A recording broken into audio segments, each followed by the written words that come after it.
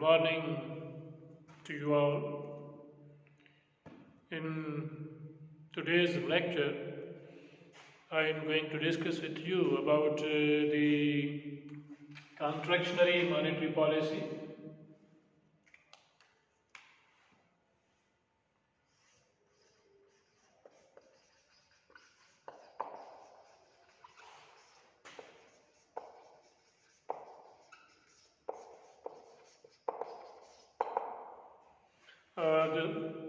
This is also called the deflationary monetary policy.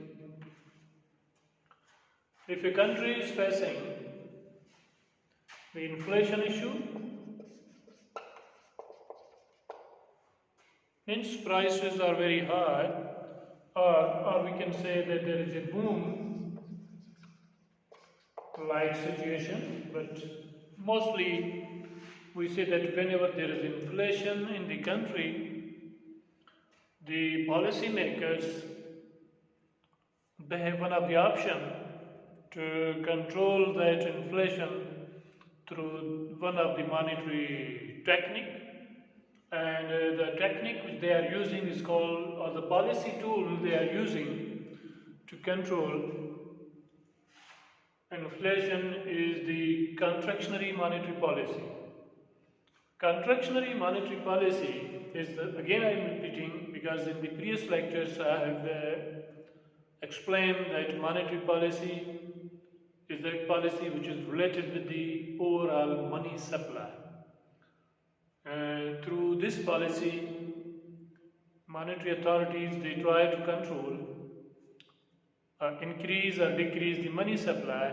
So through the contractionary monetary policy, the money supply will be decreased, or this policy decreases the money supply in the country or in the economy, and with the reduction in the money supply in the economy, the overall pressure on the aggregate demand will decline, and with the decline in the aggregate demand, ultimately prices will rise or falls. Is that policy,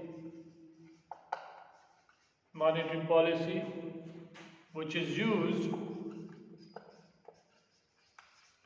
to control inflation or to control or to reduce the aggregate demand. In this policy, the tools used in contractionary monetary policy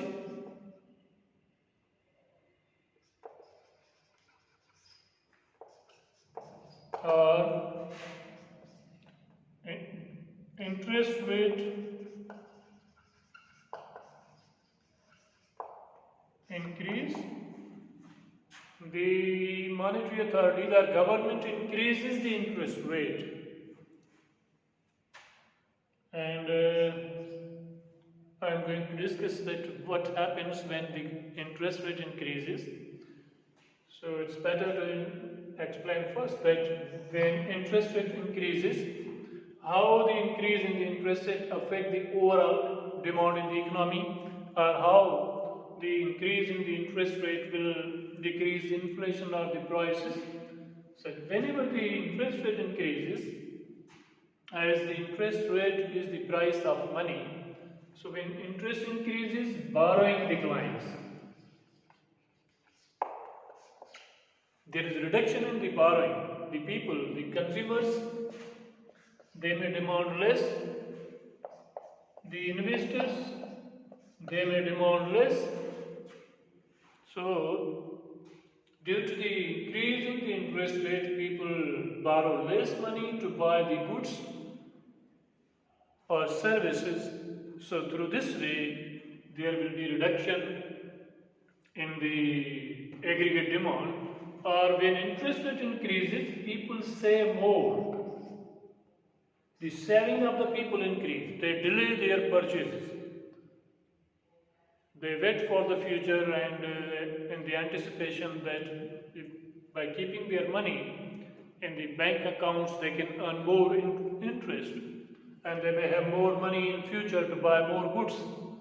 So that's why when interest increases, borrowing declines and savings increases. Saving is known as the leakage, means the money is going out of the circle and the money is not going to be used for the purchase of the goods or services. So that's why our borrowing declines, people will not borrow to buy the goods or services. So increasing the interest rate has impact on the inflation rates. Printing of currency notes.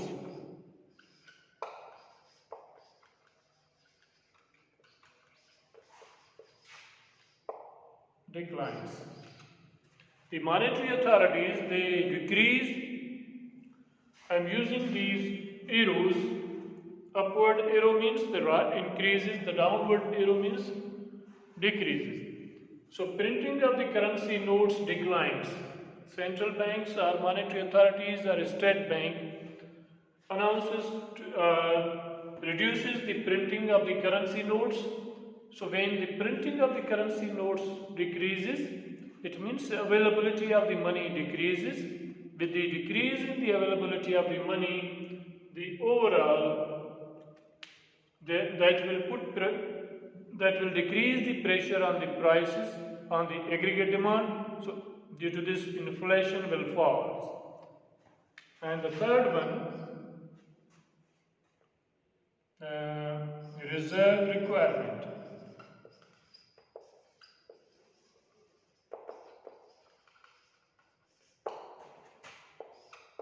Increase. The monetary authorities or government announces that there will be increase in the reserve requirements. Banks have to keep more money as their reserve account with the central bank, and in that bank, when reserve requirement increases, means less money will be available for loaning purposes. As yesterday in the last class, as I have discussed about the expansionary monetary policy, we have discussed that just suppose we say 100 rupee is the total amount saved in bank accounts. People are credited 100 rupees in the banks, but now previously 20% was the reserve requirement.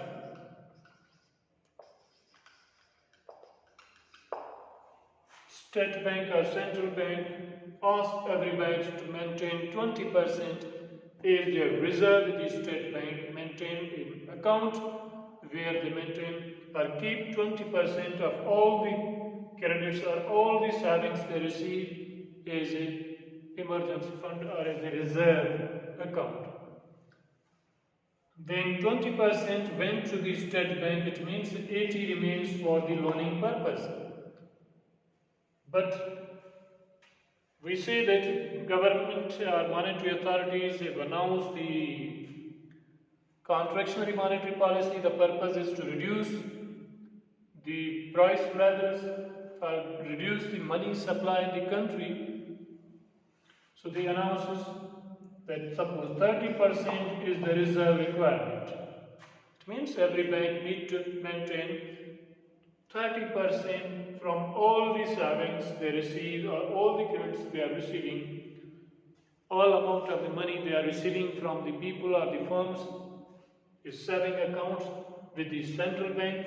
It means now they have 70 rupees, 10 rupees less for lending purposes. So through this way, the money supply will decline. And another technique is selling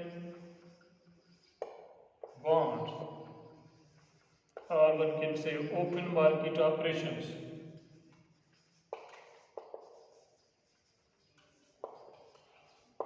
Bonds or certificates. Bond is the type of the financial instrument or certificate.